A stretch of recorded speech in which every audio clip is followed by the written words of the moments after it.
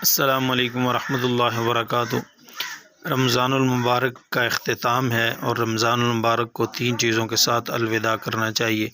Number 1، اللہ کا شکر ادا کرنا چاہیے کہ اللہ رب العالمین نے ان بابرکت گھڑیاں یہ ہمیں نصیب فرمائی ہیں، عبادت کی توفیق عطا فرمائی ہے۔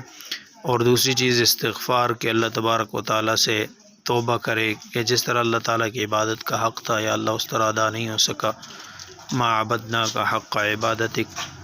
اور تیسری چیز اس حدیث مبارکہ کو سامنے رکھے جس میں رسول پاک صلی اللہ علیہ وسلم نے ممبر پر چڑھتے ہوئے پہلی سیڑھی پر فرمایا آمین، تو جب پوچھا گیا تو آپ نے فرمایا جبرائیل امین آئے تھے اور انہوں نے بد دعا فرمائی، اللہ کو برباد ہو جائے وہ شخص جو رمضان کا مہینہ پائے اور اپنی بخشش نہ کروا سکے۔